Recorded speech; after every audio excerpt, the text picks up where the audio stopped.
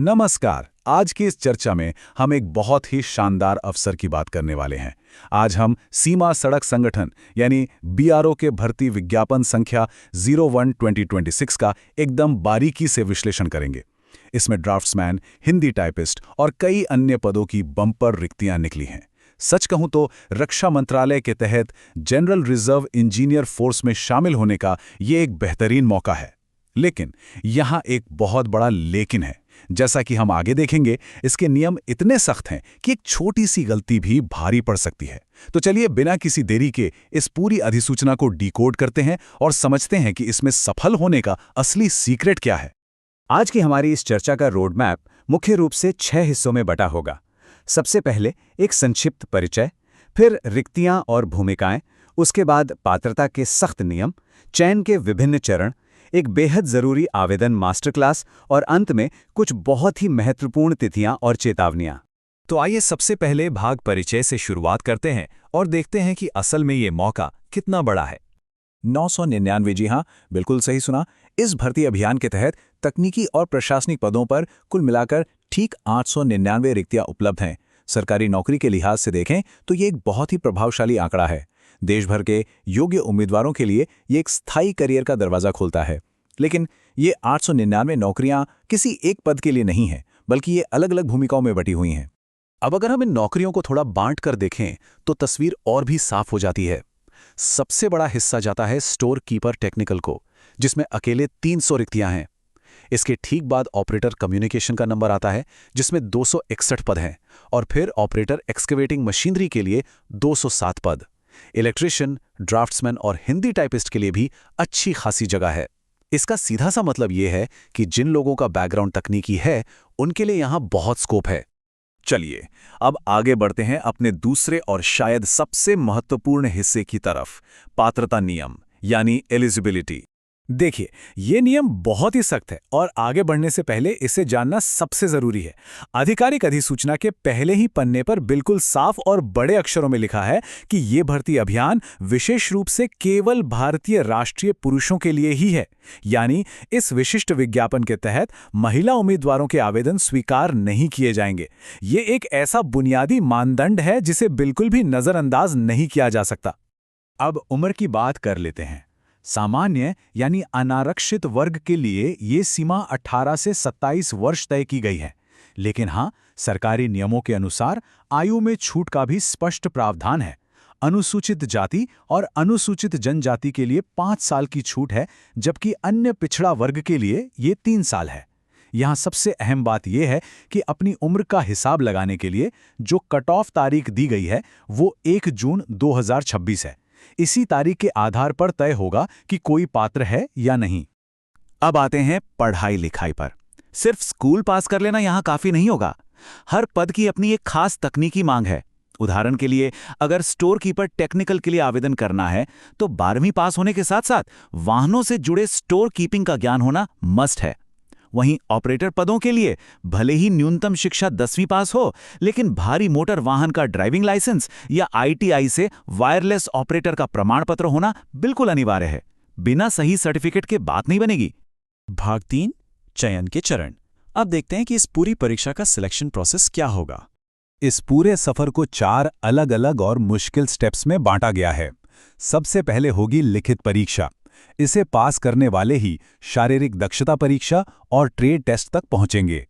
फिर नंबर आएगा प्राथमिक चिकित्सा परीक्षा यानी मेडिकल का, और अंत में जाके इंडक्शन या ज्वाइनिंग होगी।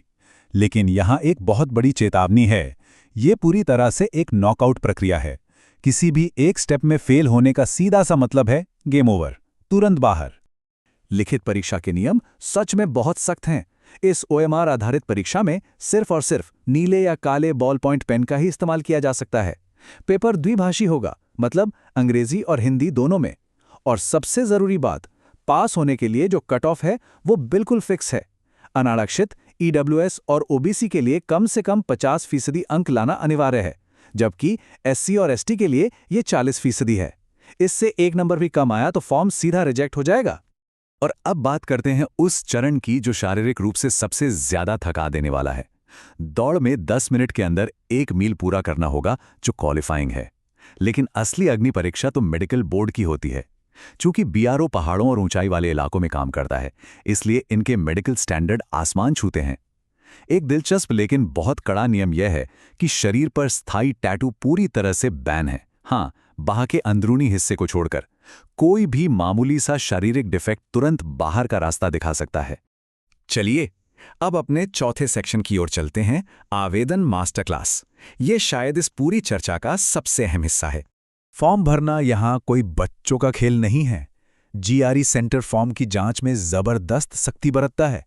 एक तरफ तो फॉर्म भरने के निर्देशों की एक लंबी चौड़ी लिस्ट है और दूसरी तरफ उन कारणों की लिस्ट है जिनकी वजह से फॉर्म सीधे कूड़ेदान में डाल दिए जाते हैं, वो भी बिना कोई कारण बताए।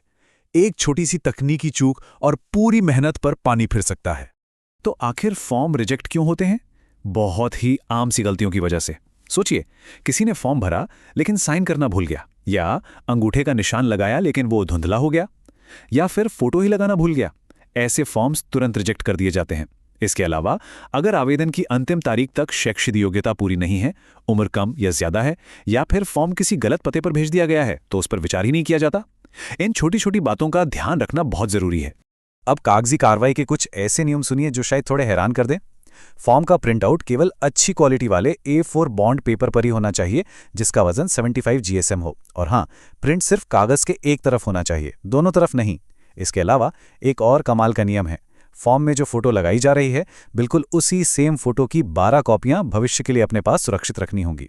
सुनने में थोड़ा अजीब लग सकता है, लेकिन नियम तो नियम है और इनका पालन करना बिल्कुल अनिवार्य है। चलिए अब हम अपने आखिरी और 5वें हिस्से पर आते हैं, कुछ बहुत ही जरूरी तारीखें और चेतावनियां। कैलेंडर में ये तारीखें मार्क कर लीजिए।